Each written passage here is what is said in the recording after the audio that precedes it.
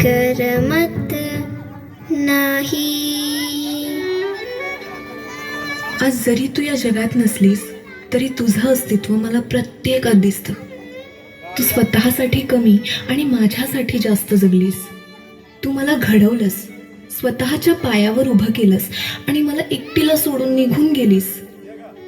आई, तुला माहितीये ना ग, आजही मला तुझ्या विना करमत नाही.